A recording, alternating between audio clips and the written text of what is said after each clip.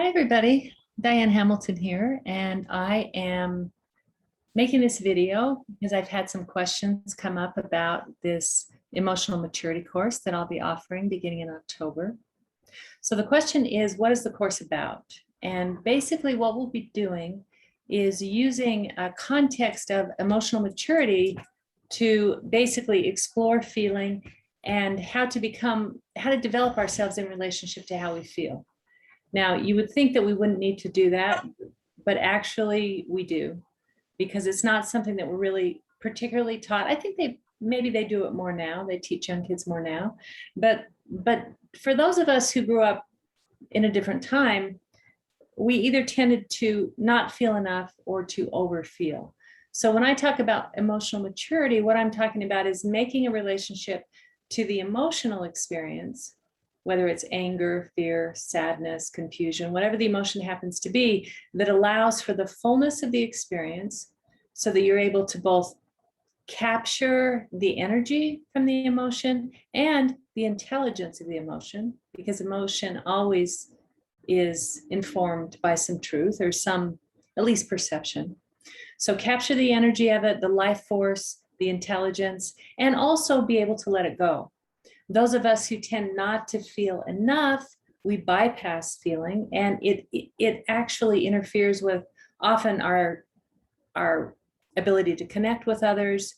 It makes our experience more shallow in relationship to things like art or beauty. And you could say that when we feel properly, it enhances the experience of being human.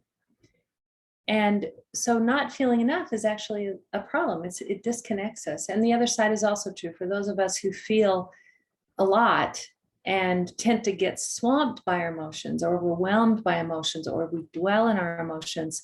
The same principles work. How do we allow the feeling state to occur, to blossom, if you will, so that you can experience what the nature of it is? And then how do we learn to let that go?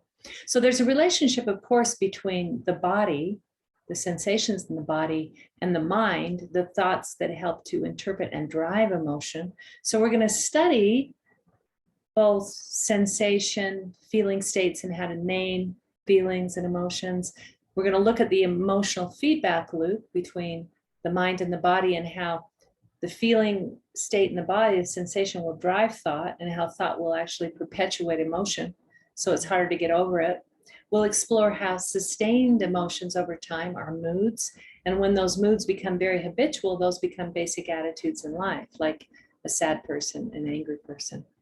And then we're going to give you plenty of opportunity to explore specific emotions and become familiar with what we call the transmutation of those emotions. So for instance, sorrow is often a gateway to our compassion. Anger gives us an opportunity to be truthful and also powerful, self-possessed, you might say. Fear puts us in touch with kind of the vulnerability and the miraculousness of being alive. You know, what is it like to allow fear to inform our life force, just so that we're a little bit more awake. Each emotion, when it's fully experienced and that the ego is allowed to be liberated and the emotion is allowed to move through like weather, we can start to experience what we refer to as the transmutation.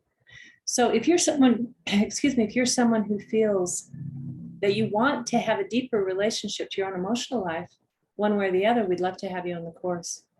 So thanks for listening, and you can go to this link. Thank you very much. Bye, everyone.